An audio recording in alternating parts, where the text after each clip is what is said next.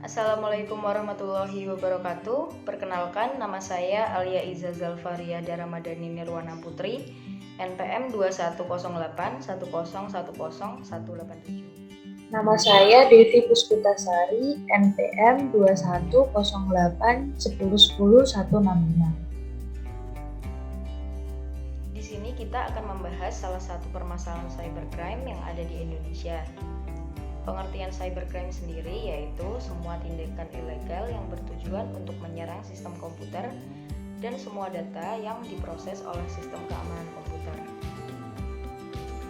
Adapun pengertian cybercrime menurut beberapa ahli, salah satunya yaitu menurut Widodo, pengertian cybercrime adalah semua kegiatan individu atau kelompok yang memakai jaringan komputer sebagai sarana melakukan kejahatan atau menjadikan komputer sebagai sarana kejahatan.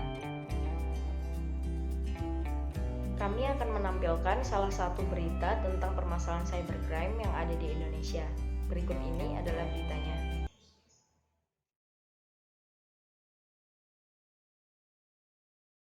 KPU RI menyatakan ada upaya masif untuk meretas halaman resmi KPU jelang pemilu 2019.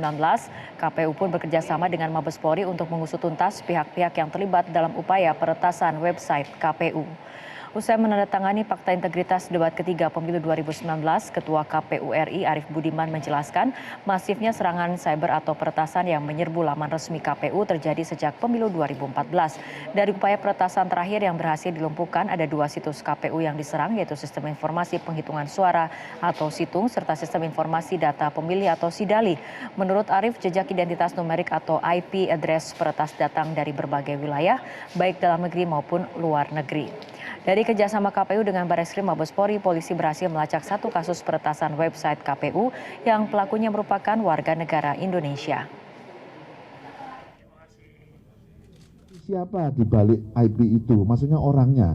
Ya bisa dari mana saja. IP-nya internasional bisa saja orangnya domestik. IP domestik bisa saja orangnya dari negara lain. Bisa siapapun, bisa domestik semua, bisa asing semua, bisa campuran domestik dan internasional.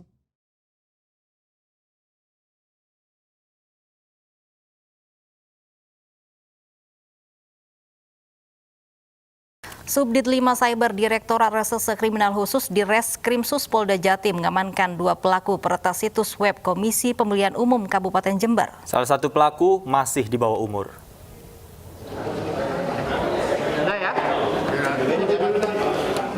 Ditreskrimsus Polda Jawa Timur menangkap 2 pelaku peretasan situs KPU Kabupaten Jember. Pelaku berinisial DA 23 tahun, warga Oku Timur, Sumatera Selatan, dan ZFR 14 tahun warga Serang, Banten. Dalam aksinya, 2 pelaku berbagi tugas. Situs KPU Kabupaten Jember yang diretas memunculkan gambar dan kalimat tidak senonoh.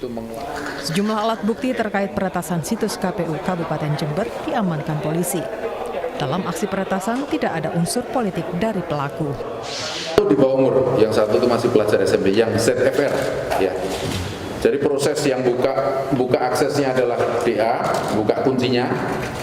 Ya kalau analogi kehidupan realnya, dia menemukan pagarnya kok pendek, kuncinya gampang dibukalah pintunya. Kemudian yang memunculkan gambar itu adalah ZFR, tapi masih pelajar SMP, jadi kita tidak lakukan penahanan. Pelaku dijerat pasal 32 dan pasal 49 Undang-Undang tentang Informasi dan Transaksi Elektronik dengan ancaman hukuman maksimal 6 tahun penjara. Dari Surabaya, Rahmat Ilyasan, iNews melaporkan. Kasus dan berita tersebut memiliki modus untuk mengacaukan proses pemilihan suara di KPK. Motif kejahatan ini termasuk ke dalam cybercrime sebagai tindakan umum kejahatan. Hal ini dikarenakan para penyerang dengan sengaja melakukan pengacauan pada tampilan halaman tabulasi nasional hasil dari pemilu. Kejahatan kasus cybercrime ini dapat termasuk jenis data forgery, hacking cracking, sabotage, and extortion, atau cyberterorisme.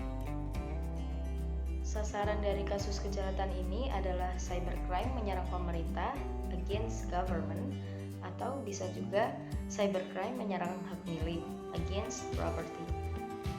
Beberapa cara untuk menanggulangi kasus tersebut, salah satunya dengan melakukan kriptografi atau dengan menyandikan data sebelum dikirim melalui internet agar pihak penyerang tidak dapat mengerti data yang dikirim. Yang kedua, dengan memasang sistem pemantau serangan untuk mengetahui adanya orang yang masuk atau adanya serangan.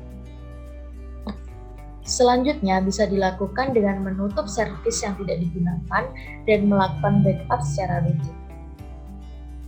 Untuk mencegah akses dari pihak luar ke sistem internal, perlu adanya internet firewall yang menggunakan filter dan proxy. Firewall filter digunakan untuk menyaring komunikasi dan firewall proxy untuk memberi perizinan. Itu adanya cyber law dan dukungan lembaga khusus lainnya juga dapat menekan terjadinya kasus cybercrime lainnya.